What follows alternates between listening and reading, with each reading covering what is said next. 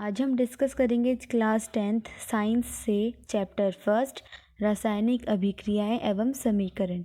Topic रासायनिक अभिक्रियाएं एवं उनके प्रकार, जिन्हें आज हम समझेंगे। सबसे फर्स्ट, रासायनिक अभिक्रिया वह प्रक्रिया जिसे दो या दो से अधिक उत्पाद मिलकर एक या एक से अधिक गुणधर्म वाले नए पदार्थ का निर्माण करते हैं, तो उसे रासायनिक अभिक्रिया कहते हैं।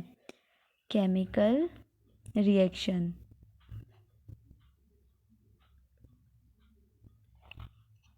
जब दो या दो से अधिक अलग अलग उत्पाद मिलेंगे तो एक नए गुणधर्म वाले पदार्थ का निर्माण करेंगे, जिसे हम रासायनिक अभिक्रिया होना कहते हैं।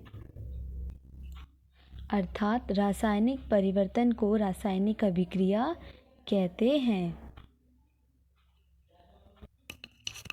उदाहरण देखते हैं। हाइड्रोजन और ऑक्सीजन मिलकर जल का निर्माण करते हैं, इसे हम कहेंगे अभिकारक और इसे कहेंगे उत्पाद। जब हाइड्रोजन और ऑक्सीजन एक दूसरे से अभिक्रिया करेंगे तो जल का निर्माण करेंगे, जिसे हम रासायनिक अभिक्रिया कहते हैं। हमारे आसपास बहुत सारी परिवर्तनें होती रहती है। फर्स्ट, वायु के संपर्क में आने से लोहे पर जंग लगना, अंगूर के रस का किण्वन, भोजन का पकना, हमारे शरीर में भोजन का पाचन और हमारा श्वसन करना, यह सभी हमारे लिए रासायनिक अभिक्रियाएं हैं। आगे देखते हैं, एक रासायनिक अभिक्रिया की पहचान किस प्रकार करेंगे। जब कोई अभिक्रिया संपन्न होती है तो उसे निम्न चिन्हों से पहचाना जाता है। सबसे फर्स्ट, पदार्थ की अवस्था में परिवर्तन होगा, उसके रंग में परिवर्तन हो जाएगा, गैस का निष्कासन होगा और ताप में परिवर्तन होता है। रासायनिक अभिक्रिया के दो उदाहरण। फर्स्ट, मैग्नीशियम रिबन का वायु में दहन करने पर मैग्नीशियम ऑक्साइड MgO का निर्माण होता है। जब मैग्नीशियम ऑक्सीजन से अभिक्रिया करता है तो मैग्नीशियम ऑक्साइड का निर्माण करता है। सेकंड, दानेदार जस्ता जिंक पर तनु सल्फ्यूरिक अम्ल की अभिक्रिया में हाइड्रोजन गैस का निर्माण होता है। जिंक जब तनु सल्फ्यूरिक अम्ल Zn प्लस H2SO4 से अभिक्रिया करता है तो zinc sulphate plus hydrogen gas का निर्माण करता है। ये दोनों प्रेजेंट करती है कि यहाँ पर रासायनिक अभिक्रियाएं हो रही है। नेक्स्ट, रासायनिक अभिक्रियाओं के प्रकार। रासायनिक अभिक्रियाओं में अणुओं के बीच बंध बनने तथा टूटने से नए पदार्थ का निर्माण होता है। जब एक अणु से बंध टूटेंगे या नए बनेंगे, उससे हमें नए पदार्थ का निर्माण होता है। उदाहरण देखिए, जल के टूटने पर हमें हाइड्रोजन और ऑक्सीजन गैस प्राप्त होती है, और जब कार्बन और ऑक्सीजन एक दूसरे से अभिक्रिया करेंगे अर्थात बंध बनाएंगे तो हमें कार्बन डाइऑक्साइड गैस प्राप्त होती है। यह 5 प्रकार की होती है। फर्स्ट, संयोजन अभिक्रिया, वियोजन या अपघटन अभिक्रिया, थर्ड, विस्थापन अभिक्रिया, फोर्थ, द्विविस्थापन अभिक्रिया, फिफ्थ, अपचयन एवं उपचयन अभिक्रिया। चलो फर्स्ट रिएक्शन को समझते हैं।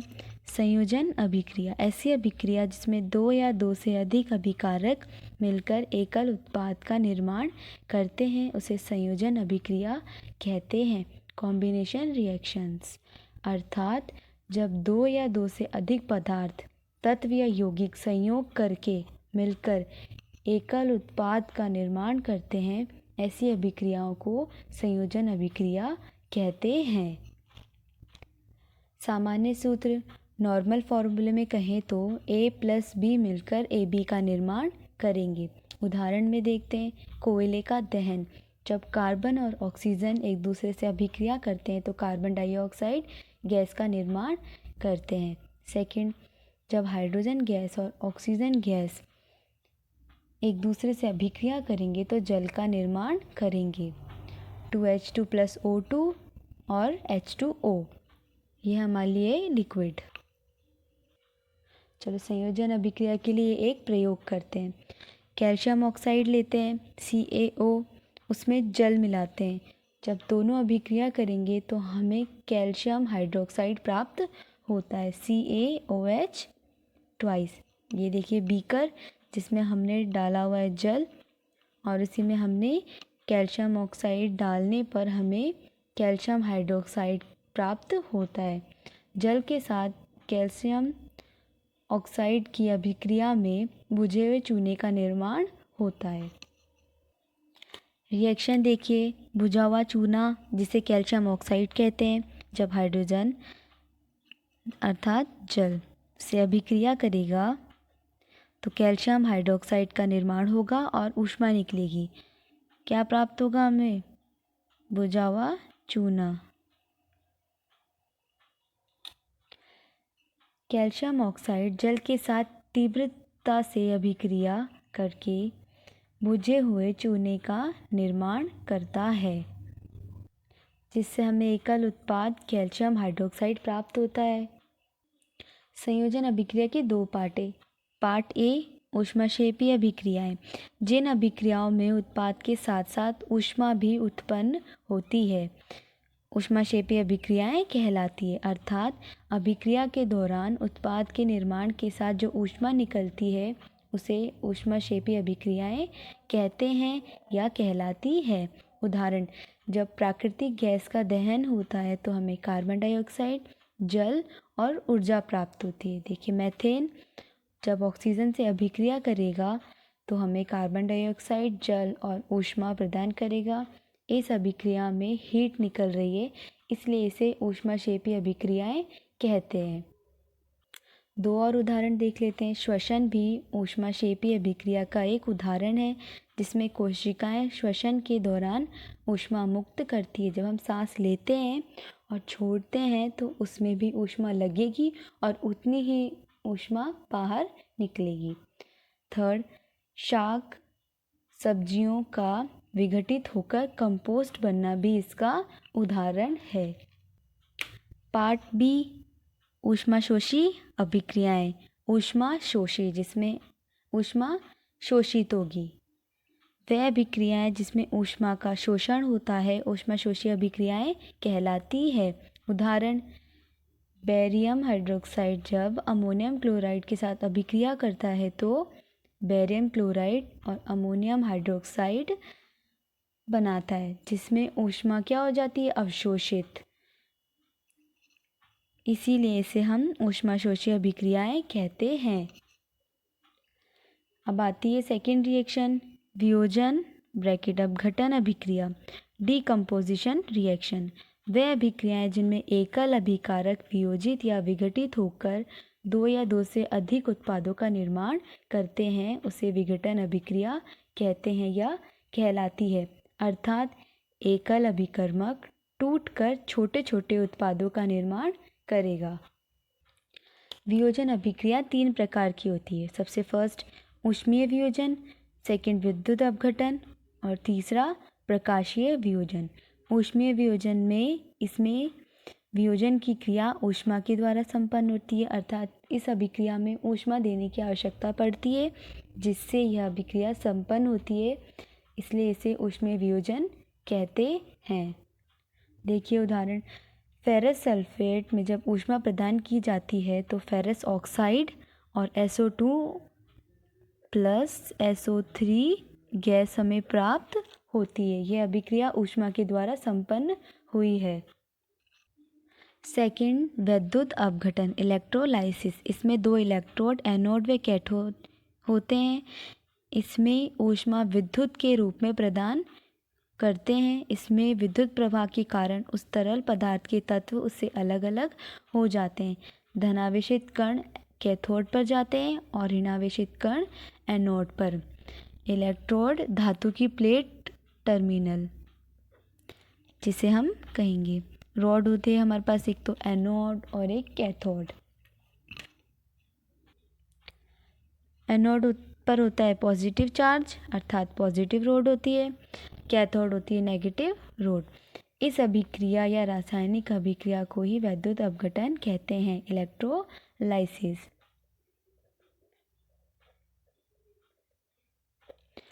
रिएक्शन कराते हैं। जब जल में विद्युत धारा प्रवाहित की जाती है अर्थात विद्युत अपघटन किया जाता है तो हमें हाइड्रोजन और ऑक्सीजन गैस प्राप्त होती है।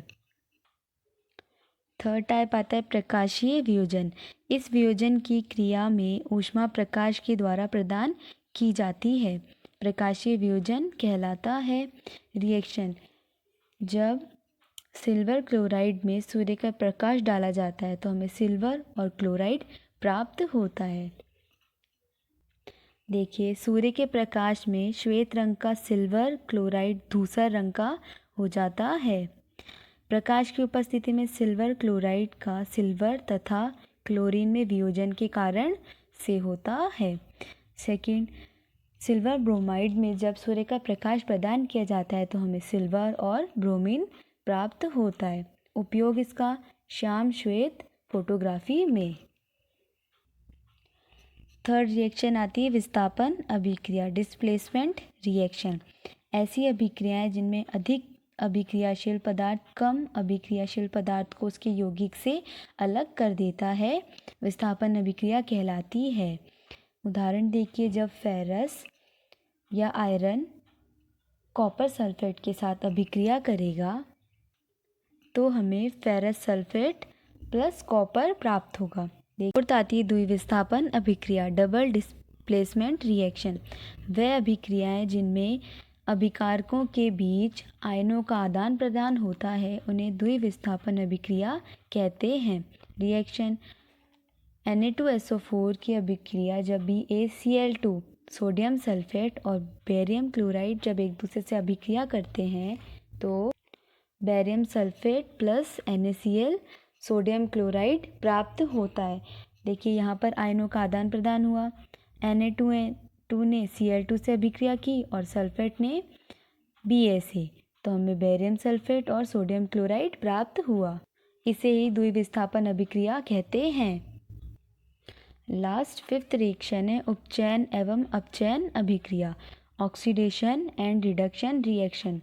उपचयन अभिक्रिया, अभिक्रिया के समय जब किसी पदार्थ में ऑक्सीजन की वृद्धि होती है तो उपचयन रिएक्शन या अभिक्रिया कहलाती है, अर्थात इसमें ऑक्सीजन बढ़ेगा और हाइड्रोजन का ह्रास होगा या कम होगी। उदाहरण में देखिए, जब कॉपर की ऑक्सीजन से अभिक्रिया कराई जाती है तापन की उपस्थिति में तो कॉपर ऑक्साइड प्राप्त हो रहा है। देखिए, यहाँ पर ऑक्सीजन की वृद्धि हो रही है, कॉपर व ऑक्सीजन के संयोग से कॉपर ऑक्साइड बनता है।